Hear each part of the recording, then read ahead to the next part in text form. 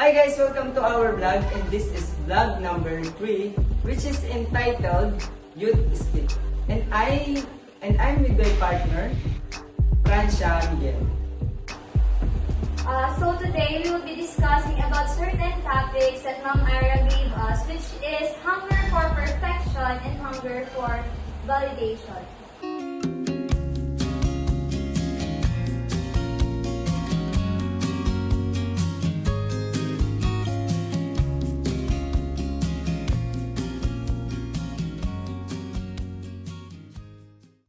I myself is knowledgeable about these topics, and I know that I am very interested because I am experiencing these things.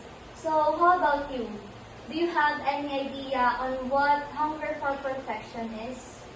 For me, nowadays, especially the youth, focus is perfection in their academics.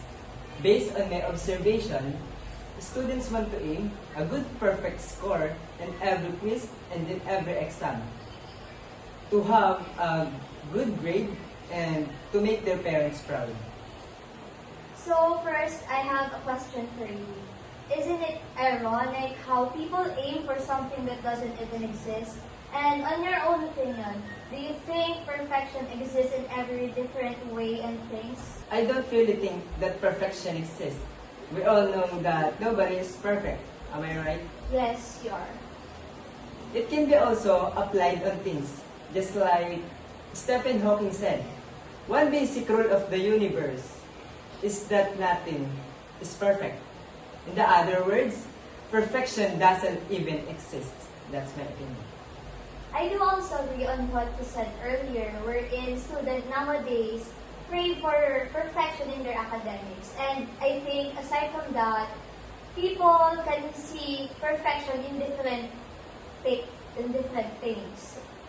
For example, our bodies. We want our body to be perfect because we know that we will be accepted, validated, and more confident if our body is perfect. And I think that being hungry for perfection is something that can make us or someone anxious about themselves. So let me ask you, do you think there are pros and cons about being hungry for perfection? I think there are positive and negative impacts of being someone who's hungry for perfection. On the positive side, just like what I said earlier, students are like this are more productive and focus on their studies to reach their goals. Meanwhile, on the side of negative, students are prone to stresses, even though it can be really stressing sometimes. Aside from that, they are less conscious about their own health. I also agree on what you said earlier. Aiming for something that doesn't even exist, for specifically perfection, can sometimes be negative to us, especially the people around us. Our hungriness for this can bring positivity, yet on the other hand, the negativity that this will bring can be much heavier than that. We aim for perfection to be validated and accepted by ourselves, and of course, the people around us. Which leads us to our next topic, which is Being hungry for validation, which I think is the reason why we aim for perfection. just like what we discussed earlier, hunger for validation, it can be seen in a different ways. It can be validation in academics, it can be validation in family, friends, society, and also it can be validation in physical appearance. Yes, I agree that validation, just like perfection, comes in different ways. Just like this, or just like perfection, these also have pros and cons. Since you know that validation have pros and cons, I have a question for you. Have you ever experienced being hungry for validation? Yes, of course, I already experienced being hungry for validation, especially when I started in my academics as a top of my class.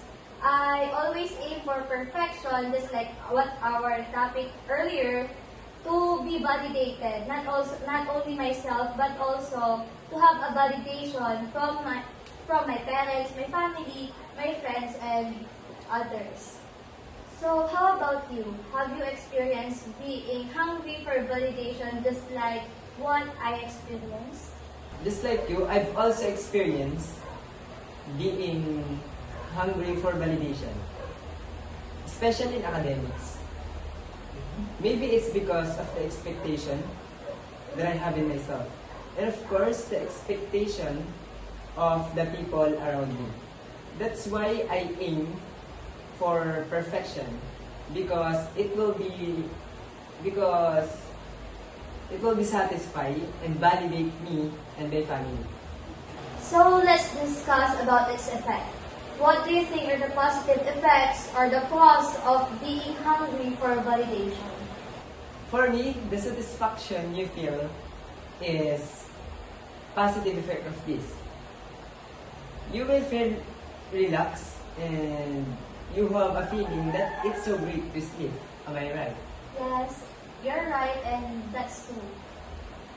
This is also make us strive harder because we, as humans, want to feel this satisfaction again.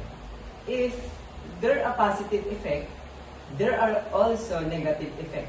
What do you think are those? For me, the negative effects of being hungry for validation is just like the negative effects of being hungry for perfection. Being hungry for validation will make us even more anxious. It will make us think that are we doing these things right or not, or are we going to make people or the people around you satisfied or not, and most of all, the reason or the effect, the negative effect of this is that this will make us feel bad about ourselves because we want to be validated and we don't want that to be scrutinized. And that's all for the negative effect.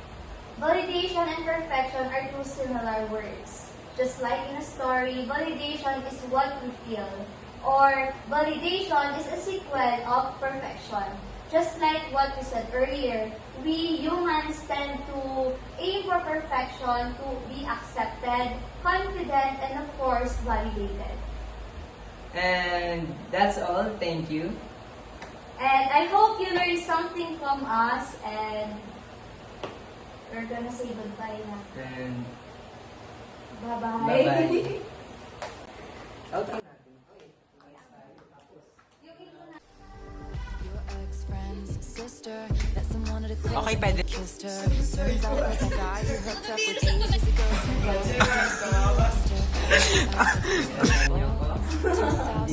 Unbearable. Did you see the photo? No, I didn't, but thanks though. I'm so in love that I might stop breathing. Drew a map on your bedroom ceiling. No, I didn't see them.